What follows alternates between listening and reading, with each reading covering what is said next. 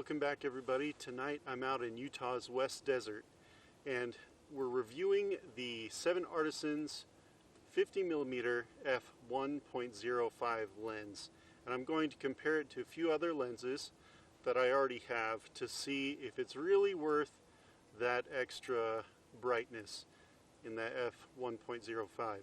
We're not looking at depth of field tonight. We're just looking at if you push the camera absolutely as far as it would go, and you have to take into consideration that this is a high resolution camera, the Panasonic S1R.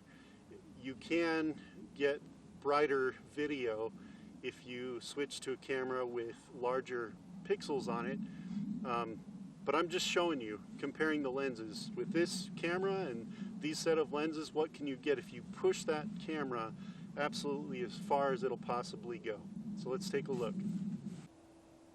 Way out there, about 15 miles away, is the freeway and Wendover. That is the only light we're receiving out here at this location. It's completely overcast. There's no moon tonight and no stars because it's overcast. This is the Sigma 14mm f1.8. This is an ISO 51200 and 2 frames a second. So as you can see, probably very stuttery. But this is what you get. This is if you really wanted to get absolutely looking into the dark as you could with an f1.8 lens. This is the lens that I normally hike with, the Sigma 35mm f1.4 Art. And as you can see, it's a little bit stuttery at 2 frames a second. This is wide open at f1.4 and ISO is 51200. That's the most ISO, the highest ISO for my Panasonic S1R. Here's what you've been waiting for, guys. The 7 Artisans 50mm f1.05 lens. Does it look brighter? Can you really notice a difference versus my other lenses? You can see that at 50mm it's a much narrower field of view, so I would be giving up a wider field of view for some of my landscape shots if I decide to go with this lens versus the Sigma 14mm 1.8. I've increased the shutter speed on this video to 8 frames a second now, which you should see a little bit smoother video. And I think with these settings at f1.8, this is pretty close to what I'm seeing with my eyes adjusted to the dark out here. I can make my way around bushes. I can see the white sand pretty clearly, but that's about it. I can't really make out what objects are. I can only just see shapes. Here's 8 frames a second. You can see how smooth or not the video is. I think 8 frames a second, the reason I'm choosing 8 frames a second is because I feel like that's really as far as you want to stretch it and not have it be completely jittery video.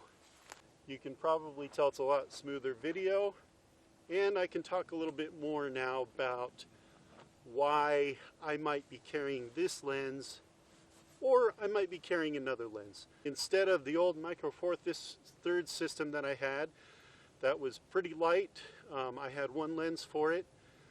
I'm going to be carrying around my much larger and heavier Panasonic S1R, as well as 2 lenses into the backcountry. That's right, 2 full frame size lenses. One is going to be, I believe it's the Panasonic 20 to 40mm, somewhere in that range. It's a zoom range, f1.4.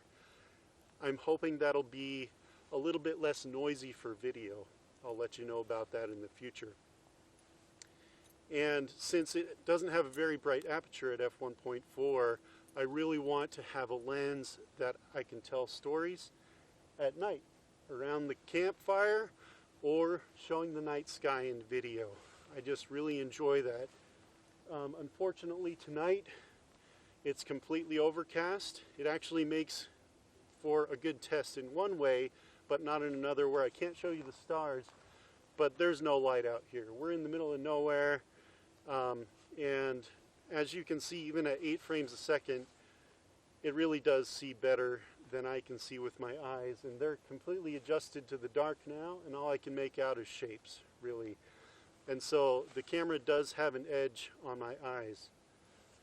But what I'm trying to decide is, so I've got that Panasonic lens, and then I've got another lens to tell stories at night. Well, do I go with this 7 Artisans lens, a little bit brighter, maybe not as sharp, but a much narrower field of view at 50 millimeters? Or do I go with the Sigma 14mm f1.8?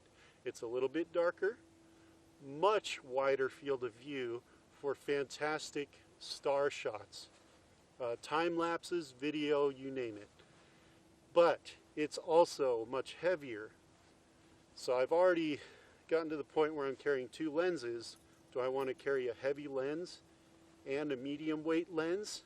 Or should I go with this 7 Artisans lens? What do you guys think? Let me know in the comments down below. I hope this was helpful in some way. I know it's not an exhaustive test for this lens, but at that extremely bright aperture, that really is video at night in very dark conditions with no light around whatsoever. Not a single point of light. There's no moon in the sky and there's no stars. How does the video look when you stretch it to that kind of condition? Which is what happens when you're out hiking at night in the middle of nowhere. I hope it was helpful, guys. Until next time, this is Derek reminding you, you're working too hard. See you next time.